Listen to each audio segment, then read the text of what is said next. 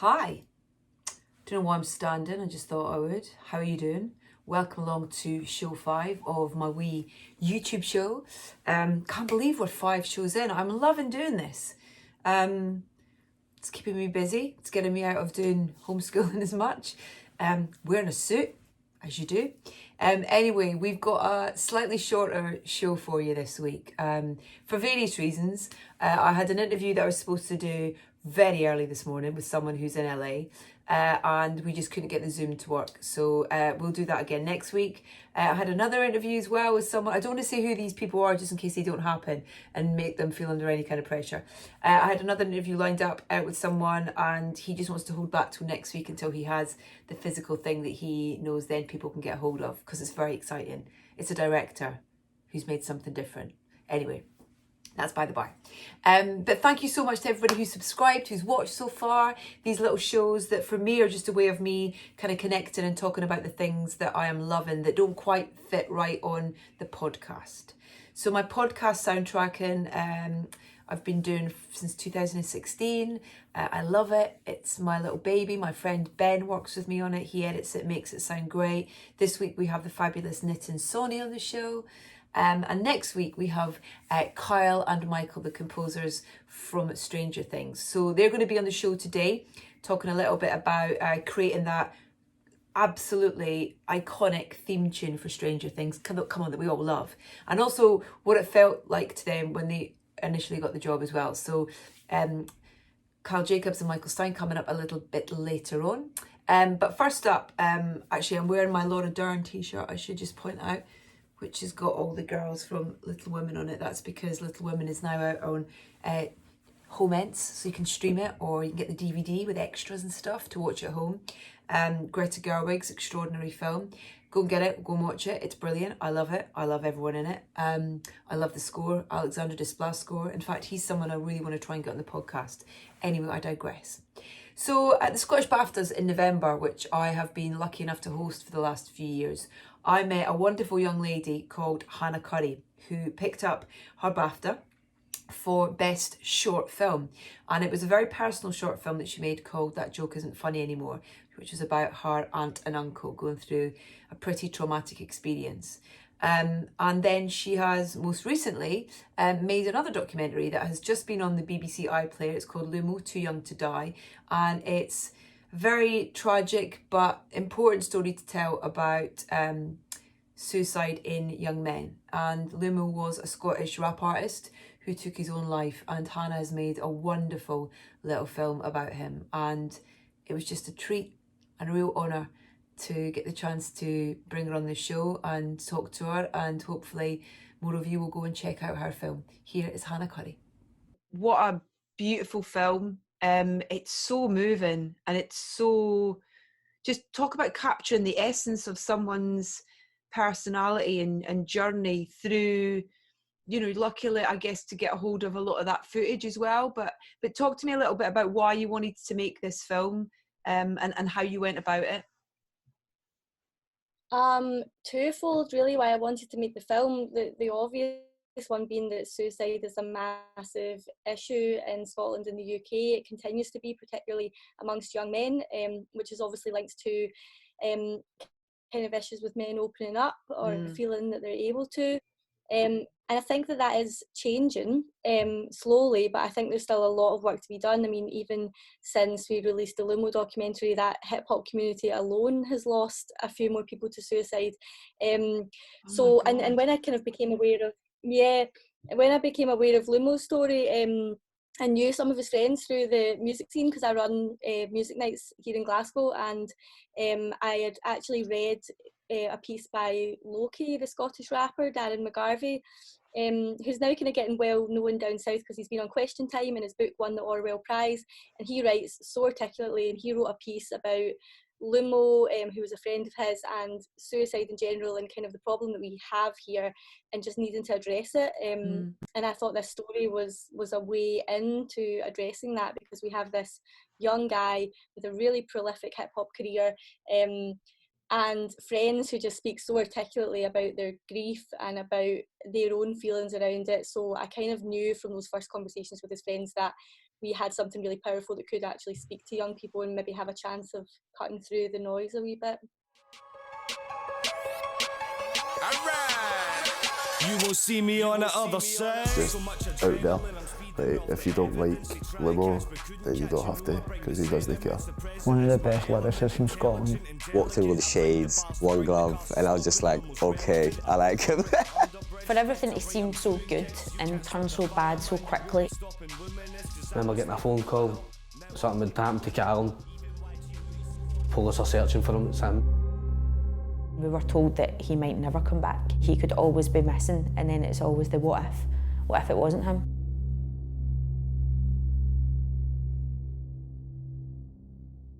With the footage that's within the film, in terms of this footage that his family didn't know about, you know, these almost diary entries that he was, whether he was intending them to be secret, you know, and stuff, and how did they come across them, and when did you come across them?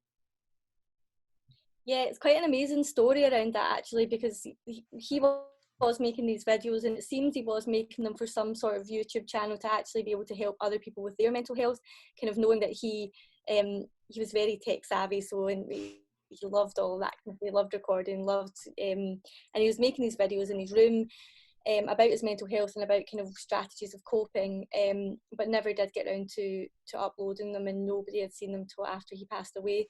So his family found them on a camera in his bedroom, and it was actually, I was halfway through cutting the film, because the film was originally for my graduation project. I went back to uni to study documentary, and so I was halfway through cutting it when I met his mum, and she said, "Oh, I've got these videos if you want to see them." And I was like, "Oh yeah, definitely would like to see them." But they hadn't actually watched them yet. They'd found that too difficult, so they gave them straight to me, which was obviously incredibly trusting. And what I found there was kind of quite something. Well, hello. This is my first kind of vlog that I've ever done, so I guess we should go back to the very beginning. How does his family feel now? I mean, I'm assuming they've watched them now and stuff, and in a way they must find them incredibly helpful, I would assume, you know, in terms of having a greater understanding of where he was and why he made the decision he did. And yeah, I think it's brought them some peace in a way, and also frustration, obviously, because, you know, in these films that Callum made, these video diaries, he's been very, very candid about his mental health, and his mum kind of says, like, if I'd have known, you know, like if I'd have known how bad it was, I would have quit work, I would have stayed home, I would have done anything, but nobody knew. And I think that's one of the things with suicide, it really does send shockwaves through anybody that it touches, because so often there aren't really signs, or you just don't pick up on it. And I think that's something that we're really keen to get across with the film, is that this, you know, it could be anyone, it really could happen to any family, so we really need to be vigilant and be aware of kind of any changes, even minor changes, or just aware of asking the question, are you all right, to people, can make such a big difference. But yeah, the videos also, you know, they were very kind, and I think that was kind of quite like testament to Callum's nature. He was a really giving, lovely, generous person who helped everyone else but didn't help himself.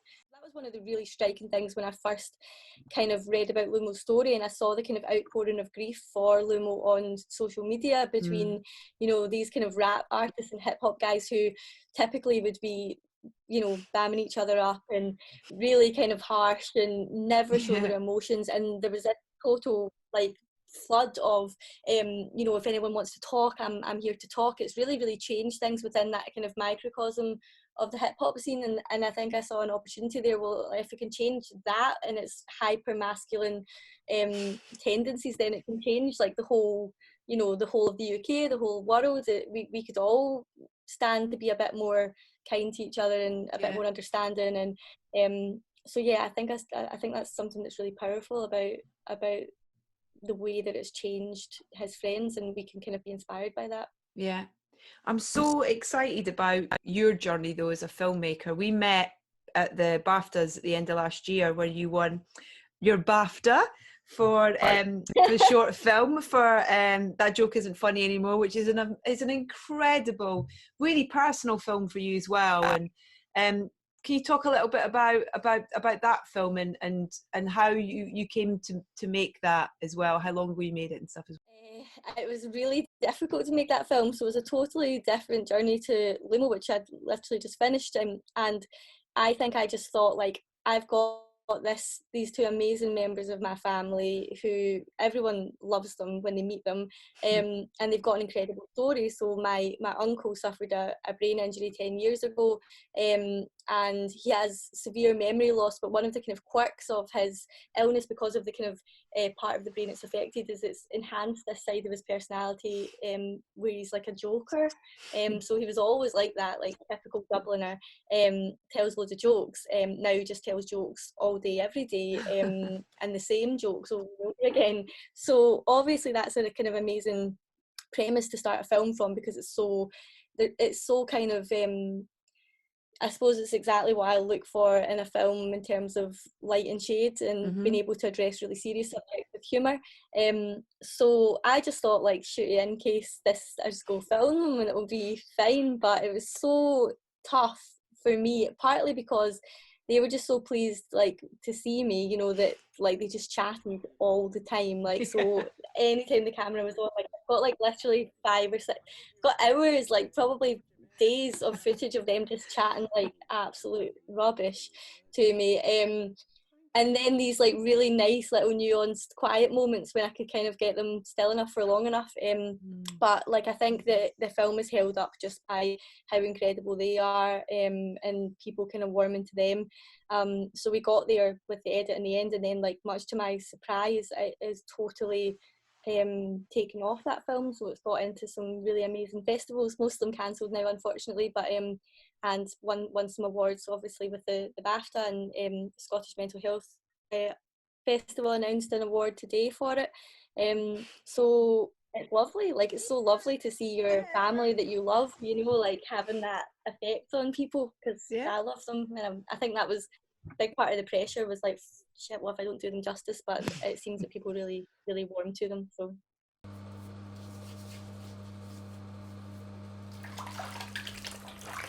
You remember what life was like before it? Ah, yeah. What was it like? Brilliant. What's it like now? Different.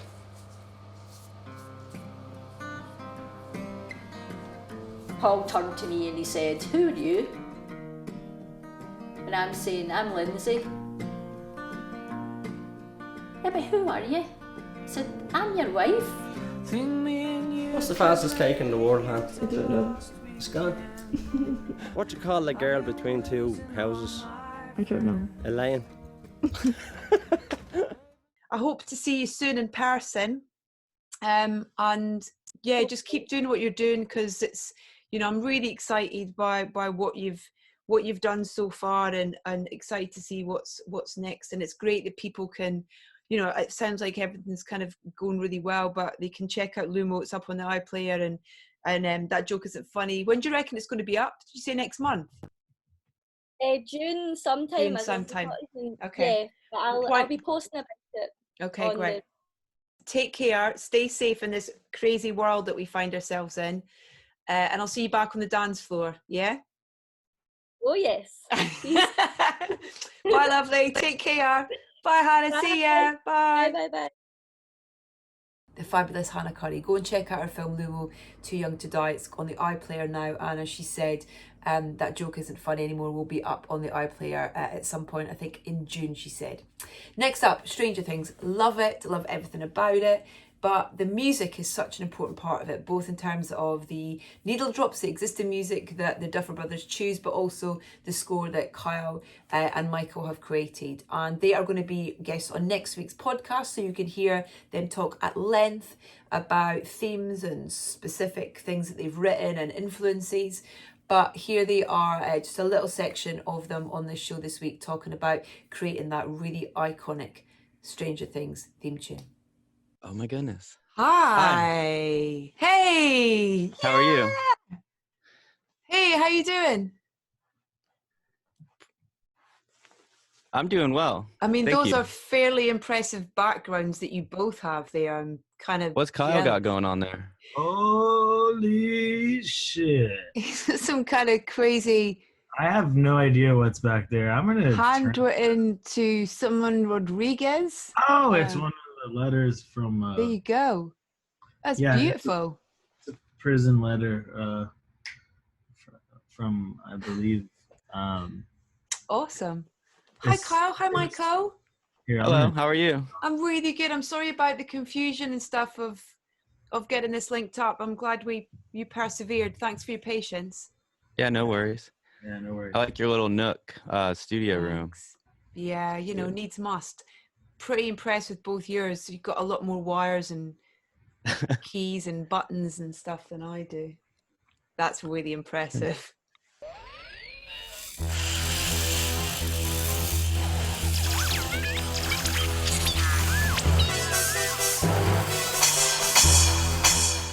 I've been dying to speak to you two for so long, since the first series of Stranger Things kind of hit these shores here in the UK, because I think that it's a really good example of, if you take the sound away from that show, the music, both in terms of the score and the other elements of the world of sound, it doesn't have the impact. It wouldn't have the impact that it has. It's such a synergy that affects that show emotionally, I think. So congratulations. Thank you. So I know you've probably told this story a gazillion times. How did you come to the theme tune? Talk about the kind of creation of that, because I think theme tunes are so, I don't know, it's, for me that's something that will you hear it, you hear those, even just like a couple of bars of it, and you instantly recognize it. It instantly kind of puts you in a frame of mind that visually it kind of throws things in front of your brain. It's so effective. It's so good. It was really important that the theme was not an afterthought, and that it was something people would remember. So we kind of would drop little mock-up themes here and there throughout the process, trying to find what it was going to be, so that it wasn't like, okay, now you're done, here's the image, now score this, make a theme. Well, we didn't actually even know if we were going to get to do the theme, but we really didn't want them to pick just like a sync of some song, similar to, I can't remember what shows were on at the time, but a lot of people were just using like indie rock or something like that. Yeah.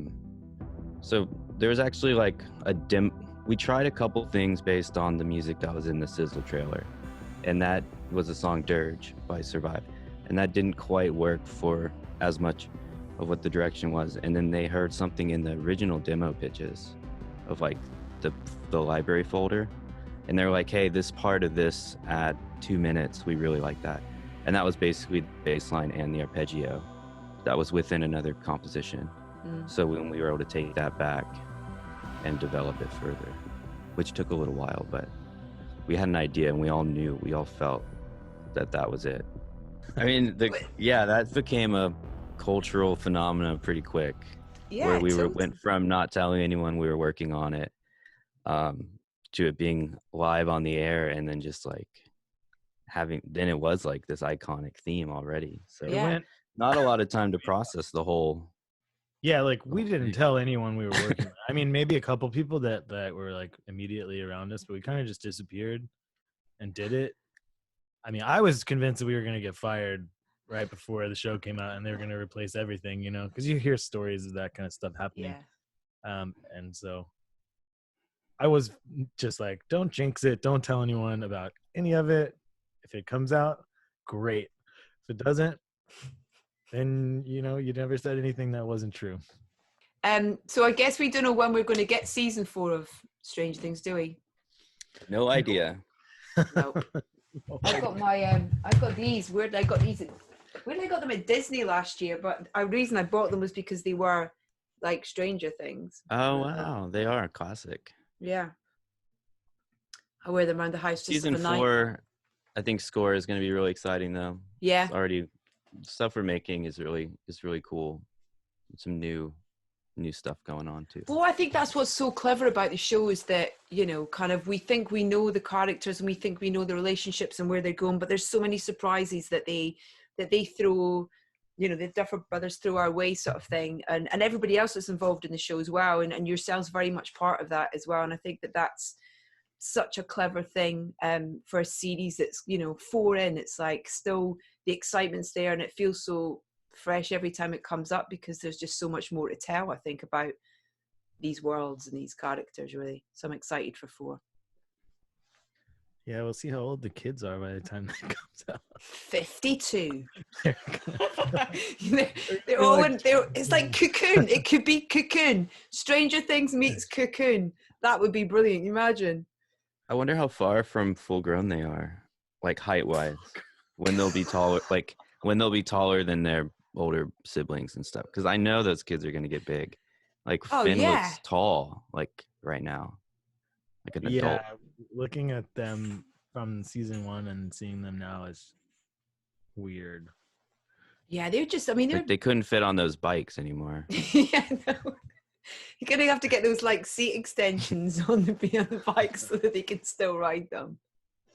That's a problem, actually. I never thought about that. If they're going to have to go back and do shoots of stuff of how big the kids have got in the space of 3 months while They'll we've just been like on lockdown. CGI them, Benjamin Button them down. Shorten their legs a bit, they'll be fine.